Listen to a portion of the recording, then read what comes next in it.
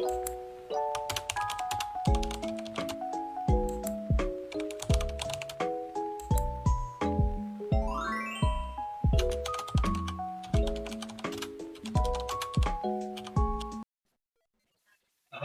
Dari IT dan non IT Pak. Dari apa? Dari IT dan non IT dari IT, PT ataupun yang apa kali Pak. Nah, hanya saya tanyakan tuh gimana Bapak selanjutnya untuk menggabungkan keduanya. Kalau media itu ya kita itu tugas guru dalam pembelajaran kan. Artinya madrasah itu mencoba untuk menyiapkan dari sarana dan prasarananya. Nah, tapi ketika di dalam kelas itu udah ranahnya guru. Nah, apakah nanti guru menggunakan IT atau non IT itu ya itu tergantung guru lagi sebenarnya. Tapi kalau bagi kepala madrasah, saya berupaya untuk menyiapkan media-media yang bisa digunakan dalam kegiatan pembelajaran. Baik IT misalnya fokus kan, sarana internet, kemudian laptop dan sebagainya. Dan yang non IT, nah itu kan nanti tergantung kepada kreativitas guru. Ya, gitu. Sebab media itu ada yang bisa hanya satu kali pakai. Iya. Kayak kalkulator itu kan hanya bisa dipakai satu kali dalam satu materi yang sama. Artinya itu ya perlu kreativitas guru untuk menggunakan media itu.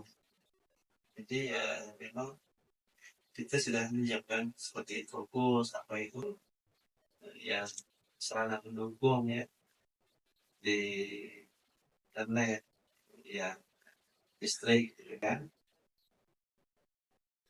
Jadi memang kita harapkan guru-guru itu pada dasarnya ya silakanlah menggunakan media apapun yang penting itu dapat membantu siswa untuk memahami materi pembelajaran, untuk meningkatkan motivasi belajar. Memang sekarang ini kan lagi diupayakan ya, guru-guru itu menggunakan media yang sifat IT yang mereka itu guru-guru itu ya memang harus menguasai IT dulu sebelum mereka menggunakan media itu. Kalau misalnya ada bahan pembelajaran ya atau media yang sifatnya IT, tapi kalau gurunya tidak menguasai itu, nanti akan kesulitan ketika menerapkan atau menggunakannya. Betul, ini kan perlu pelatihan dan sebagainya, atau sharing dengan kawan-kawan guru yang lain yang sudah biasa menggunakan media IT itu. Tapi jelas, ya, setiap media itu mempunyai kelebihan dan kekurangan. Ya. Jadi saya serahkan ke guru masing-masing. Ya. Itu kreativitas mereka lah. Apakah menggunakan IT atau tidak. Samping itu juga kan kita ada keterbatasan media yang sifatnya IT, yang fokus dan sebagainya itu, sehingga yang non IT pun saya kira tidak masalah. Yang penting dapat mendorong siswa untuk semangat ya termotivasi untuk baca. Gitu. Selanjutnya Pak, gimana peran Bapak sebagai kepala sekolah ini Pak dalam mendukung penggunaan media pembelajaran? Untuk media pembelajaran itu memang sesuatu yang sangat penting sebenarnya sekarang. Sebab dengan media pembelajaran itu biasanya pembelajaran itu lebih menarik, Iya, Pak. lebih dapat untuk memotivasi siswa. Kalau guru ke dalam kelas itu tidak membawa apa-apa, hanya membawa itu terus berulang-ulang dari minggu ke minggu sampai dari bulan ke bulan sampai tahun-tahun itu seperti itu nanti siswanya akan jenuh Iya. dan bosan. Dari itu kami sangat mendukung sekali ya apabila ada guru-guru yang mau menggunakan media pembelajaran itu bervariasi lah ya. Media itu ada yang IT dari atau yang non IT. Nah, kita sudah menyiapkan fokus ya, kemudian sarana penunjang lainnya untuk kegiatan pembelajaran itu di untuk media pembelajaran itu biasanya disiapkan oleh maka sarana prasarana alhamdulillah. Jadi guru-guru bagi yang ingin menggunakan media pembelajaran atau ada usulan dari mereka kira-kira media apa yang perlu disiapkan oleh madrasah, itu kalau ada medianya bisa kita siapkan, insya Allah tetap kita siapkan. Jelas untuk media pembelajaran ini untuk kami sangat mendukung ya dari pihak sekolah, pihak madrasah supaya guru-guru itu lebih kreatif ya, untuk menggunakan media pembelajaran. Jadi kita sangat mendukung. Dukungan kita juga salah satunya minta guru-guru ya mengikuti beberapa pelatihan yang kalau di Kementerian Agama itu namanya Pintar ya. Ada namanya itu aplikasi atau modul pembelajaran Pintar. Jadi dari Pintar itu tersusun beberapa materi ya, yang bisa dipelajari itu kurang lebih durasi waktunya ada yang 30 JB, 30 jam pembelajaran ya. Itu pembelajarannya bersifat masif. Jadi mereka bisa menonton itu, Pintar itu ya. Di situ ada video-video termasuk juga tentang media pembelajaran sehingga guru kita bisa belajar bagaimana menyiapkan media kemudian menggunakan media pembelajaran efektif ya, supaya anak-anak kita ini yang belajar itu bisa menangkap pembelajaran yang disampaikan oleh bapak ibu guru yang di kelas. Kemudian yang tadi saya sampaikan tentang sarana itu juga kita maksimalkan juga lah, baik dari segi IT itu ke yang IT.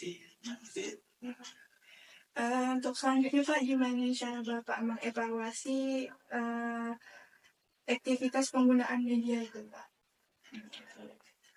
Biasanya saya melakukan supervisi kalau di kelas, supervisi akademik. Jadi setiap semester itu kita ada jadwal supervisi. Jadi juga melibatkan guru-guru yang sudah senior. Jadi kami masuk ke kelas ya, melihat media yang digunakan guru itu. Sini kan kalau supervisi itu ada pra supervisi. Pada saat pra supervisi itu kita melihat modul ajar atau RPP-nya seperti apa, penggunaan medianya juga kita lihat. Di dalam pra supervisi itu kita tekankan bahwa supaya guru itu bisa menggunakan media yang sesuai lah ya, sesuai dengan karakteristik pelajaran. Kalau media itu kan tidak semuanya sesuai. Nah, kita harapkan guru itu bisa mencari media, menyiapkan media, atau membuat atau merancang media itu sesuai dengan karakteristik pembelajaran. Kalau matematika itu kan beda lagi medianya, ya kan? Belajar agama, Quran hadis, itu beda kan? SKI, ya. Itu biasanya guru-guru kita yang sudah biasa memberikan media itu, mereka memodifnya atau menyusunnya sesuai dengan kebutuhan di kelas.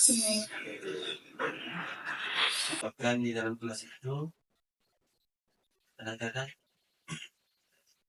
guru juga biasanya sudah mengelompokkan siswa, karena pembelajaran berdiferensiasi kan untuk guru itu memahami semua siswa yang ada dalam kelas, karakteristiknya, kan gaya belajarnya dan sebagainya. Itu nanti media ini tidak harus ikut itu.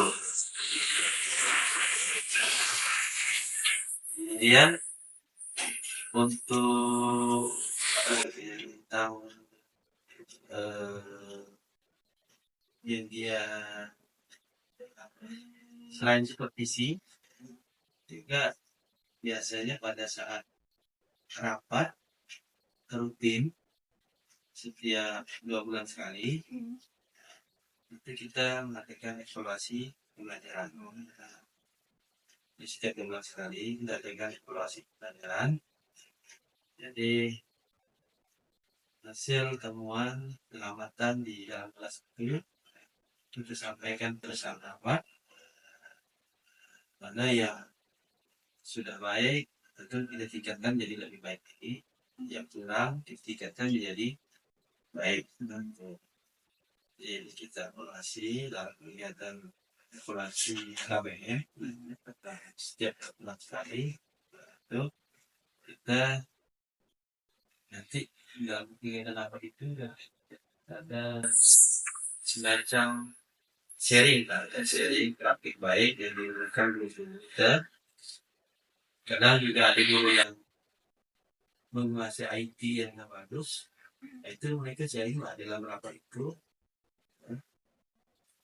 Beberapa guru itu misalnya cara menggunakan media yang berkait dengan IT dan sebagainya, atau mereka sharing. Dari situ kan guru-guru yang lain yang masih belum menggunakan media itu bisa memahami itu dan menggunakan media itu dalam kegiatan. Jadi tidak ada dua kesempatan itu masih bisa tahu penggunaan media itu pada saat supervisi setelah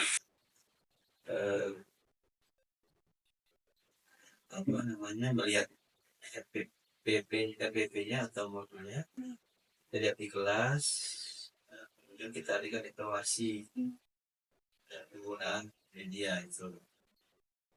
Kita juga sangat menekankan untuk guru itu menggunakan media di dalam kelas. Yang terakhir Pak, apakah ada rencana pengembangan Pak ke depannya atau peningkatan lainnya terkait media pembelajaran Pak? Ke depannya apakah ada peningkatan?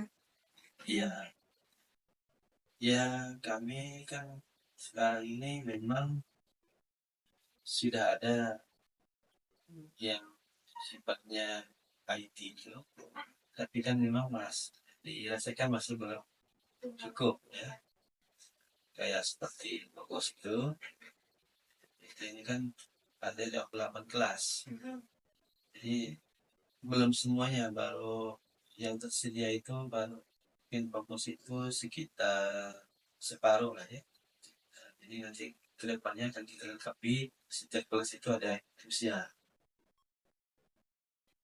Kemudian media yang lainnya itu nanti juga kita harapkan nanti pada saat guru menyusun modul ajar, itu kita akan ada tim yang masing-masing ya, masing-masing mungkin di kelompok mata pelajaran fisika, itu mereka bisa merancang media fisika itu, dan kelompok mata pelajaran SKI itu mereka nanti bisa merancang media yang bisa digunakan secara bersama-sama gitu. Kemudian juga nanti kita mencoba untuk mengembangkan media terutama di lab fisika, kimia, dan biologi kita bahasa. Walaupun itu mungkin bisa disebut sumber belajar, tapi dalam sumber belajar itu kan ada media yang harus disiapkan yang belajar lebih. Jadi memang kita coba meningkatkan kualitas pembelajaran itu salah satunya dengan melengkapi media-media yang seharusnya ada, atau bahkan media-media yang bisa mengundang daya tarik siswa untuk belajar lebih giat. Memang idealnya setiap kelas itu sudah berbasis digital dari sekarang ini. Nah, tapi kita belum bisa sampai ke sana. Memang ada rencana kami untuk ke depannya itu kelasnya bersifat digital. Jadi papan tulis yang digital. Tapi untuk menyiapkan itu kan perlu beberapa faktor yang harus disiapkan dari sisi keamanan, kemudian dananya dan sebagainya kan itu, kemudian teknisinya kan gitu harus siap. Tapi paling tidak yang dalam waktu dekat ini kita coba mendekati infocus tool yang alat sarana pendukungnya seperti komputer ya, kemudian di lab IPA itu ya, lab fisika, kimia, biologi, dan lab bahasa itu yang kita lengkapi kami belum itu rencana ya. Dan memang ada rencana untuk ada contoh lah pakai kelas berbasis digital. Jadi siswa itu tidak mau lagi ke sekolah, mereka bawa itu ya bahan-bahan itu ada di situ semua di laptop itu. Kan ini perlu dukungan dari orang tua juga. Kalau kita suruh saat ini siswa membawa laptop semua, kemungkinan ada yang di laptop dan tidak kan. Tapi kita cobanya memang arahnya ke sana. Jadi yang kegiatan belajar itu kita upayakan semuanya bisa berbasis digital. Tapi itulah syaratnya perlu dukungan dari orang tua kan.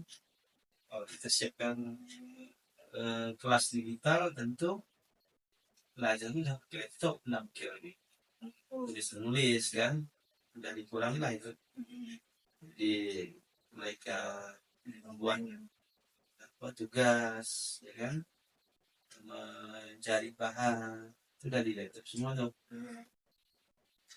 Jadi seharus seiring lah.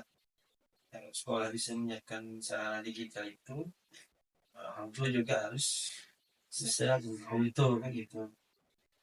Mudah-mudahan itu nanti bisa terjadi nanti.